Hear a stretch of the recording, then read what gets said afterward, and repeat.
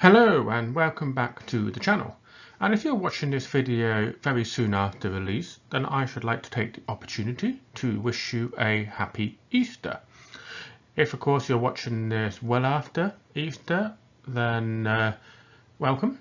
And what I want to talk about is a particular event that happened to me this week. I mean, nothing significant, but I was in Amsterdam with work. Lovely city, Amsterdam. I enjoyed it there.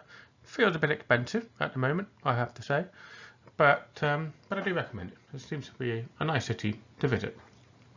But as I was travelling around with work colleagues, of course, we were talking about various things, as you do. And one of the things I said was that I found Amsterdam quite a comfortable city to walk around in. And I did the comparison that the only other place I had been uncomfortable walking around was in South Africa. Now I was in South Africa 13 years ago or so, and the reason why I found South Africa uncomfortable wasn't because anything bad happened to me, but because of the history of South Africa. I could really feel it, in particular the racial tensions that still were very much present in South Africa at the time. Now I don't know how much that situation has changed since I was last there, but there was a lot of interesting history, and it made me think about that time when I was back there. It made me think about why did I feel uncomfortable, and why was South Africa back then such a sort of tense place to visit. And on reflecting on that, I started to do a comparison with the UK and Brexit. And I actually came to a bit of a realisation that there are quite a few interesting comparisons worth making. So that is the context for this video. That is why I decided that we should have a conversation, a limited one of course, but a conversation about South Africa 20 years post-Apartheid and how that can compare to Brexit. Now I will start with a caveat and then I will tell a small story. So the caveat is I am no expert at all on South African politics or apartheid. I can only go by what I've been told, what I have read, history and so on. So accept this what it is my personal experience and opinion, and that I am absolutely not an expert. But the story I wanted to tell was that I was in a nice little town called Stellenbosch, which is quite close to Cape Town. And in that town was a museum. So a friend of mine and I, we went to that museum, and looked around. It was all very interesting, and it was a nice building. We also got to chatting to the museum supervisor, curator, who, a very nice lady, a lady of colour. And she was very happy to talk to us about South African history and politics and so on. Now in the midst of all of that, a particular observation stands out in my mind, but I've never forgotten it. And that she said that whilst nobody would want apartheid back, it was very evident that things had not got better for many people since the fall of apartheid. In particular, poverty had got worse, there was less stability, and there's a whole host of problems in South Africa at the time. And so what that meant was a heck of a lot of tension, not just in the racial sense because of the history, but also economic tension. And this is one of the legacies that apartheid had left South Africa at the time, that even 20 years on from the end, or at least 20 years on from the end of apartheid, South Africa wasn't a place that felt very confident in its future. Now this is what stood out for me, that particular comment. And I'm thinking a similar thing can apply to those experiencing Brexit in the UK. You look at the UK in a post-Brexit environment, and polls do show this, very few people feel confident in the UK's future.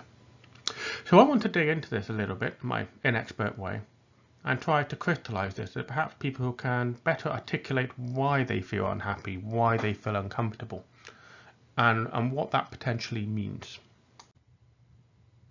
Now I stress again, I am no expert on South Africa, but there are three things that stand out for me. Now no doubt proper experts will come up with a lot more than these three things, but this is what I want to focus on because this is what I believe is relevant to the discussion of this video, which is comparing apartheid to Brexit. But first, before doing that, we need to have a bit of a consideration of why. Why was the ending of apartheid in some ways worse for people than what they suffered whilst under apartheid? And I think these themes can be replicated in a whole host of other scenarios in other countries that have gone through significant political change. So the first one I want to talk about is the politics of opposition.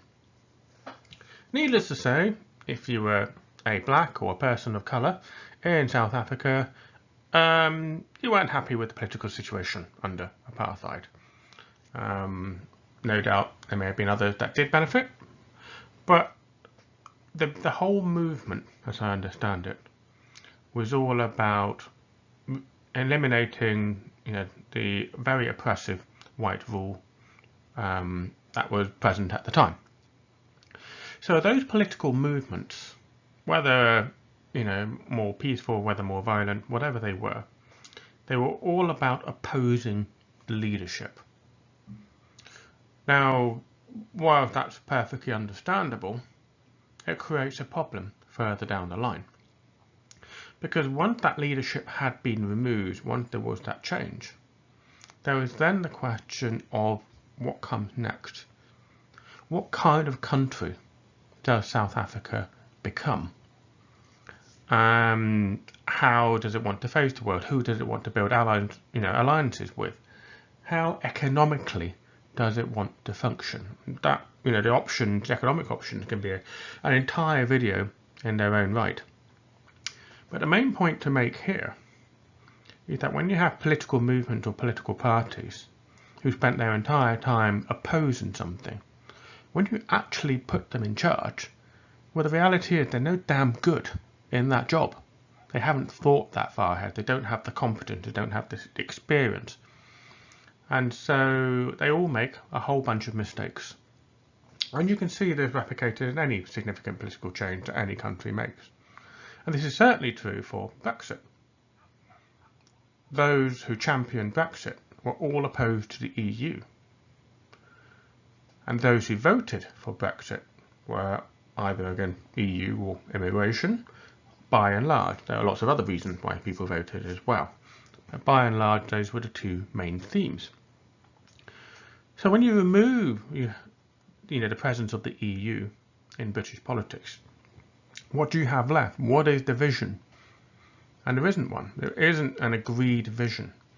There are certain themes that a minority, political movement believe in. Liz Truss and her disastrous premiership is an extreme example of that. They had that perspective that is what they wanted the UK to be. Of course, that perspective hit actual, political and economic reality and went and crashed and burned. And the country very nearly went down with them. But this is the point that remained, and this is the issue that perhaps South Africa still wrestles with. What kind of country is it really? And how is it going to grow itself into the world, find its place in the world? And that's going to be an interesting question for them. But I think that's an also interesting question for the UK. And it highlights why the UK under Brexit cannot make any progress. Because we don't have that agreed vision. We don't have that common perspective. What we do have is a whole bunch of corrupt people trying to put forward their own agenda, which is exactly what happened in the post-apartheid period for South Africa, notwithstanding some shining examples of some leadership by the likes of Nelson Mandela, but even then there was still a whole host of questions of tribal loyalties and corruption, and that prevented a considerable level of consensus and progress. The second point also I want to point, which links into this, is that there were systemic and structural weaknesses. Because you always have to recreate democratic institutions. How are decisions to be made? How is consensus to be built? How is consent of the general population? How is that to be obtained? And so the post-apartheid period would have led to considerable instability in this regard, as the new leadership would have had to rebuild things and figure out new ways of solving old problems, perhaps, or problems that had been left unsolved by the previous leadership. And we can definitely see that in the current version of Brexit. Every new Prime Minister is wading through all the problems left behind by the previous Prime Minister. That has been a hallmark of British politics since 2016. And this is very much, I believe, the case in a post-apartheid South Africa. And then, of course, we come to another interesting one. The third one, which is inequality. And people might be a bit surprised in why is that relevant to Brexit. But one of the really big issues in South Africa at the time is that the ownership of all the assets, whether that be the farms, the factories and so on, still resided predominantly, with the white minority. So what that meant was you had a country where the leadership didn't know how to make it tick economically, where all the assets were still owned by the previous group, and where removing those assets forcibly would have not done the country any favours. That was done in Zimbabwe, and the effects of that can still be seen today. So they needed to figure out a way of better redistributing wealth and assets in South Africa, but in a way that would allow it to be sustainable, productive, and to benefit more people. And that's not an easy task. And those who jump for simple solutions, like Mugabe and his crowd did in Zimbabwe, created huge levels of instability and poverty. And of course, you've got the other issues, like tribal loyalties and so on, that would have prevented consensus building, prevented people from trying to figure out answers to these very difficult questions. So when people ask whether South Africa is a better country now than it was, in the apartheid period, the answer is probably yes and no. As is always the case with these things. There's no clear-cut picture. You cannot say that that's a particular event, landmark as it was, that did not lead to an immediate improvement in the country's fortunes in some way. It obviously led to a whole host of improvement in other ways, but a whole bunch of problems came along with it. So the question I want to ask here is Brexit like apartheid? Now, we're definitely not going to go anywhere near there when it comes to removing a repressive leadership. That's just a stupid argument. It has been deployed often, but many criticism can be levelled at the EU, the security, repression, and all the other words that normally would apply should not be applied. It has to be said, let's just not go there. But there are other comparisons that we can make. We can definitely point to political instability. We can point to democratic weaknesses. We can point to lack of political or economic vision. And we can also point to increasing inequality, increasing poverty in the UK. Because guess what? Ownership of assets in the UK is also becoming more concentrated in a smaller number of individuals or institutions. And they aren't giving it up, and the government is not figuring out answers on how to redistribute things.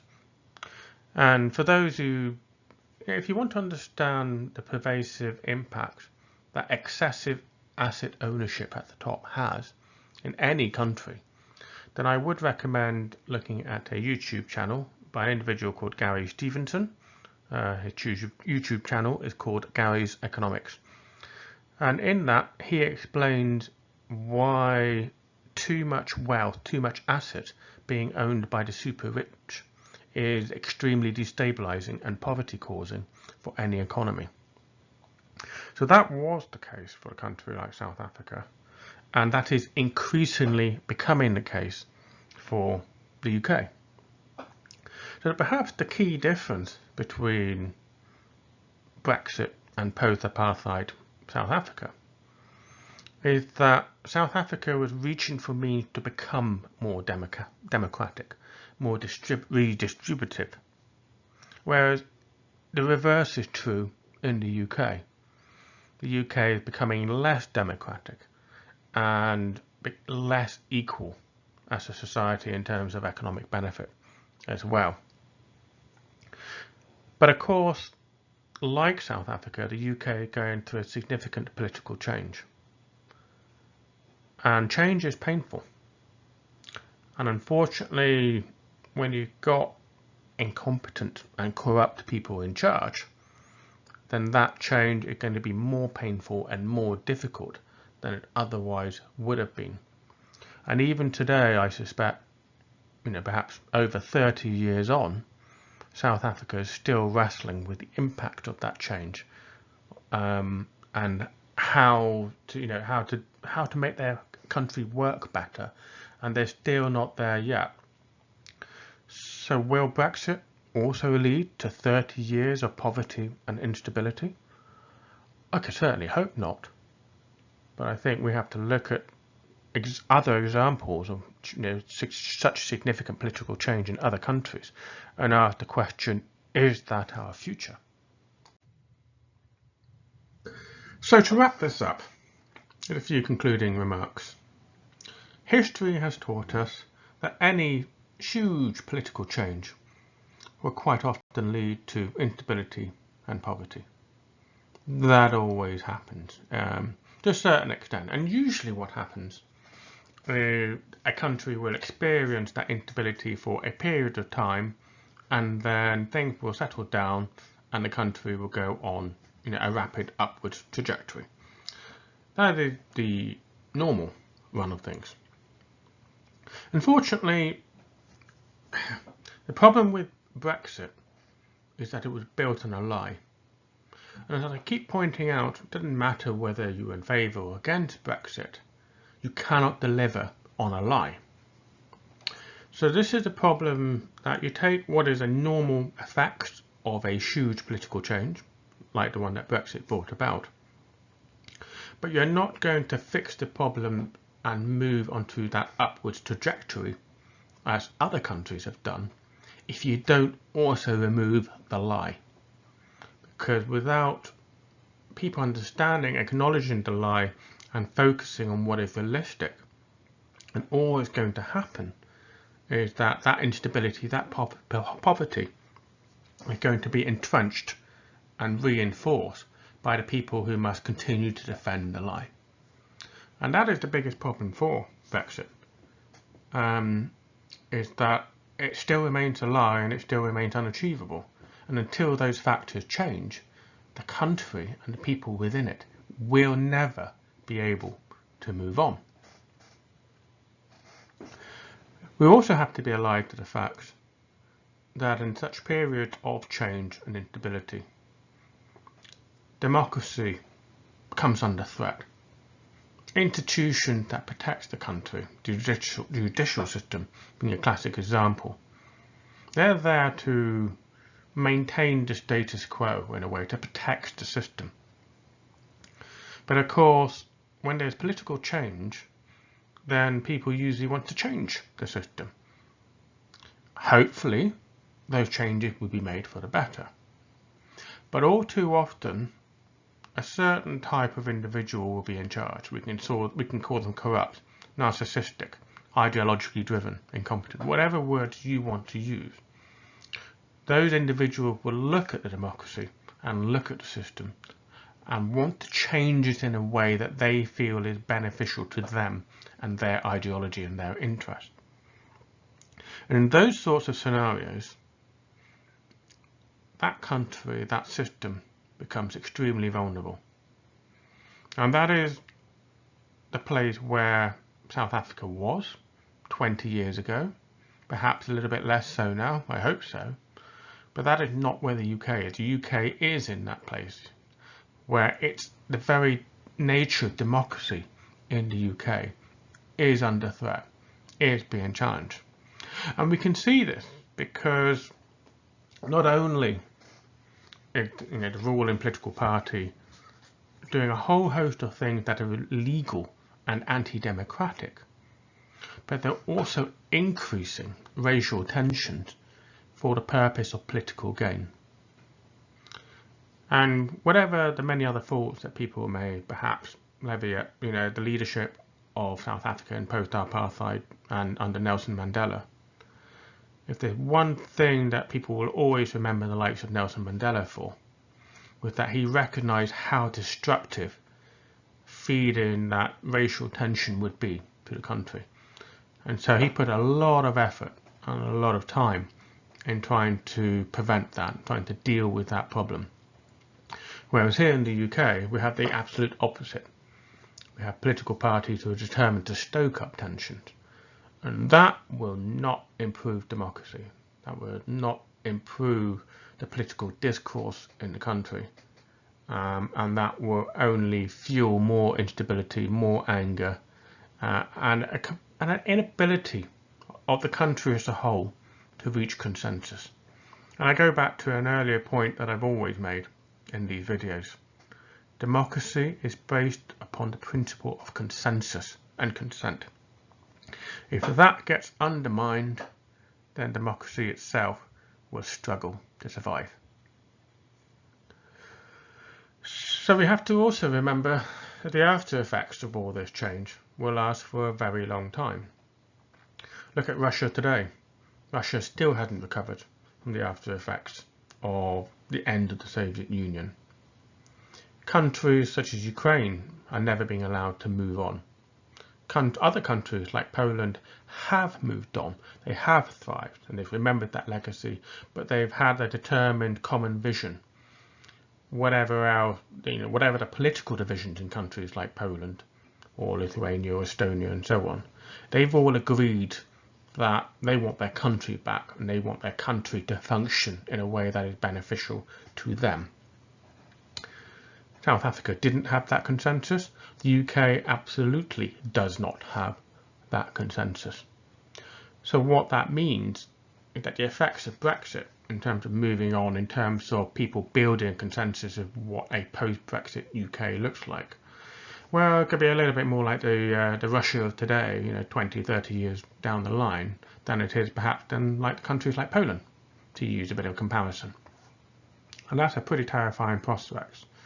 20 to 30 years worth of argument and division. And of course, God help us if some strong man like Putin becomes the Prime Minister of the UK. So those are the thoughts I've got in terms of what that means. And I don't want to be too negative. When there is a political change, the UK system was far from perfect prior to Brexit. And whatever anyone's opinion of Brexit and how stupid it was, there can always be a hope that something good will come out of it. So maybe the instability, the disaster that is Brexit, will shake the complacency out of the UK and make people realise that there are some significant fundamental problems that need fixing. And what it takes, the post-Brexit Britain that will be successful, is one where you've got good leadership that will build consensus on what that looks like and how the country should move forward. And other countries have had to learn this the hard way. How long will it take the UK? That is an open-ended question. but I hope that we can learn from history, not keep being doomed to repeat it, and figure it out sooner rather than later. So I hope you found my musings here interesting or helpful, and please do like and subscribe, and I look forward to seeing you in the comments below.